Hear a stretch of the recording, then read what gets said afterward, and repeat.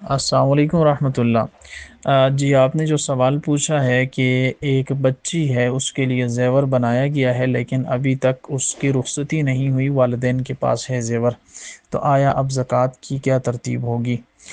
جی یاد رکھیں کہ ہر وہ چیز، اگر زیور ہے یا کوئی بھی ایسی چیز ہے کہ والدین نے ابھی تک بچی کے قبضے میں نہیں دیا ہے، قبضے سے مراد یہ نہیں کہ بچی کے نام کرنا صرف نہیں، بلکہ اس کے ہاتھ میں دے کر اس کو اس چیز کا مالک بنا دیتا کہ بچی بیٹا یہ چیز آپ کو دے دی ہے، اب اگر اس کو بیچتے ہیں، کسی کو مفت دیتے ہیں، جو بھی کرتے ہیں، آپ اس کے مالک ہیں۔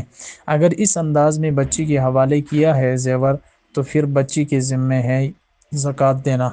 لیکن ابھی تک بچی کے حوالے نہیں کیا گیا ہے زیور، تو اس صورت میں والدین کے اوپر زکوٰۃ واجب ہے۔ اگر نصاب کے برابر ہوتا ہے، اگر نصاب پورا ہے تو پھر والدین کے اوپر زکوٰۃ ہے، جب تک یہ زیور بچی کے حوالے نہیں کرتے ہیں۔